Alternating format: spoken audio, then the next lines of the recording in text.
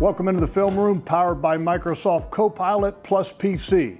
The Jaguars got a big victory in Tennessee on Sunday against a division rival, and it's going to lead to even more meaningful games as we go into the month of December.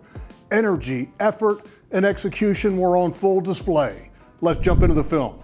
First play we're going to start with, this is a 50-yard completion to Jakobi Meyers, and it's a big play of the ball game. Big play because it leads to the first score. There's Jakobi coming across. And Brian Thomas Jr. also right in the area, and they're both wide open for Trevor. He's got a great decision to make here because he can't make a bad one. He throws it to Jakobi. And a lot of wide receivers, once the ball is not thrown their way, they might decide just to jog down the field to see where the ball is going to be spotted for the next play, but not Brian Thomas Jr. on this play. Watch him. Watch the speed.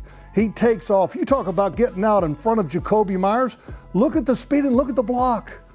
This is what you call giving it up for your teammates. Now the first takeaway of the ball game on kickoff coverage, LeQuint Allen Jr., he's an R2, which is lined up all the way to the right side of the coverage team.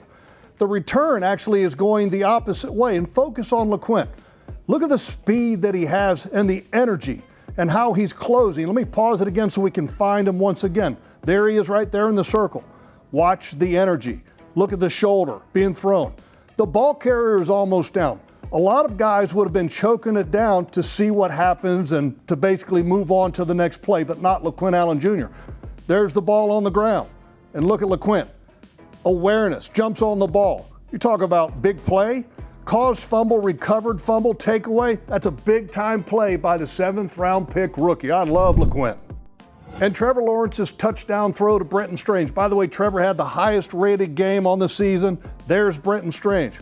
Great read system here. And Trevor, you can tell, is watching the two tight ends that he has in the formation. You got Morris running this route, and then Brenton runs this route. The whole key in this whole play is the safety in the middle. Which direction is he going to turn his hips? When he turns his hips that way towards Morris, that means that Brenton Strange is going to be open, and Trevor identifies that. But you got to have something else to make this play happen, because this play takes a little bit of time to develop. Now, let's go back. Look at the protection up front. Look at Cole Van Lanen at right guard, having to block Jeffrey Simmons, one of the best players in the National Football League. Does a good job. Also gets a little bit of help there from ETN to slow down Simmons. But this is about a 3.5 to 4 second throw for Trevor Lawrence. Time is needed, and the time was given to him. Great throw by Trevor, great read, big time play. Josh Hines-Allen, 2 sacks on the day, but he got a little help on this one. And it's help from multiple sources. And let's start with the help of BJ Green, the rookie defensive tackle here, right? Normally an end. He's running up the field. This is called a TE. Tackle gets up the field first. Josh goes up the field and then loops up underneath. But you also have a game going on the other side. Gardeck, Dennis Gardeck runs an under, basically trying to punch inside, and then Smoot comes up the field a little bit and then loops around. Okay, how does Josh get free on this?